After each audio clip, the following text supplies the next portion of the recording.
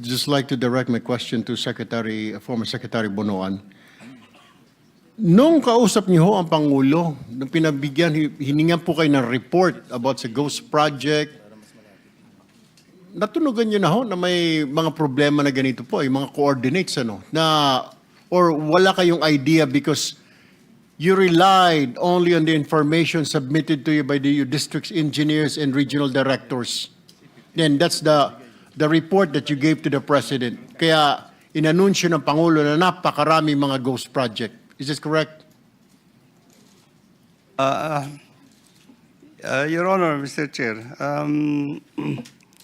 of course, I relied on the data that was generated by our people in the department, especially the office of the late Undersecretary Cathy Cabral, especially the initial, the submitted data are actually from the consolidated data by the late Undersecretary Cabral. So, nandun po yung mga MIPS data. And I think, ang ano lang na Presidente nung nag-usap kami is actually the only potential ghost projects that I reported to him are those projects that were reported to me dito sa may Bulacan First Engineering District. Wala na pong iba. Have you informed the President na magkaiba yung MIPS coordinates at saka dun sa actual coordinates? Did you explain it to him? Yes, I think in our conversations, I told the President that some of these are locational, the MIPS are locational coordinates. But there is actually what we have as stake coordinates, which is the basis of the contract in itself. But having said that, I assured that the President that it's still in the same area, yung project na yan. It's still in the same area. It cannot be in any other area, Mr. Chair. Because yung gagawin na yung kontrata, I think depende depende dun sa situation on the field that would warrant on the technical assessment on the field. This is where they're going to put up the as-stake project. All right, thank you, former Secretary Bonoan. Let me go now to Yusek Bisnar.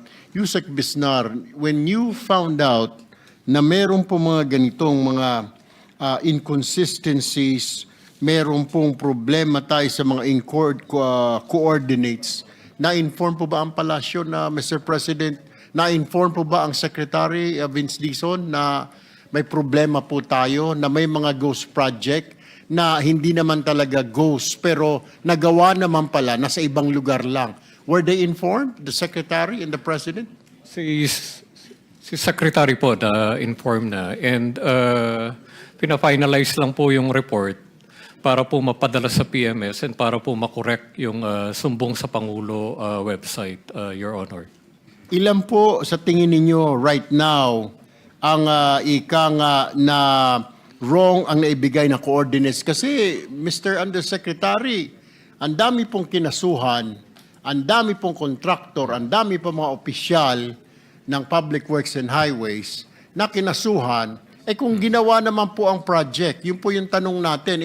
It's kind of unfair saying na ghost itong project. Lahat tuloy ng buong Pilipinas, ang tingin tuloy lahat ng projects ng DPWH last year are ghost projects. And when in fact, nandiyan naman pala, nagkamali lang ng ika-nga pwesto. Dito pala sinasabi, wala dito, yung pala 1.2 kilometers or 1.9 kilometers, nandoon pala yung actual project.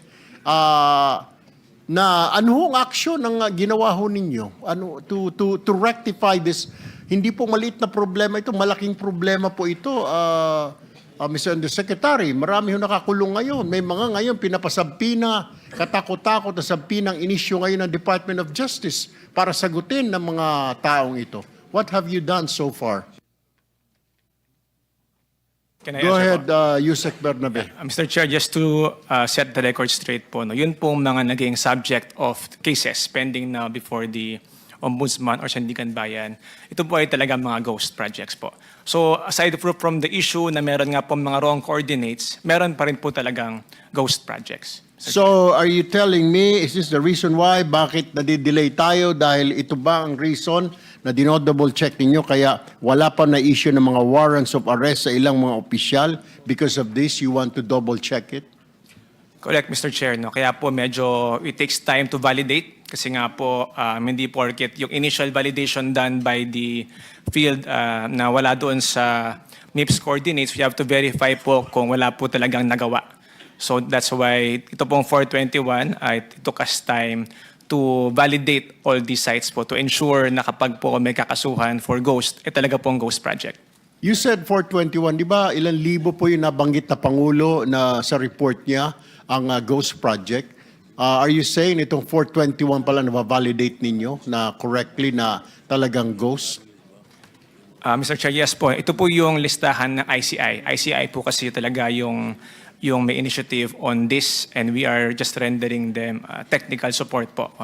Pero po yung 421 pa due po of course to limited manpower. Yun po ang kanila munang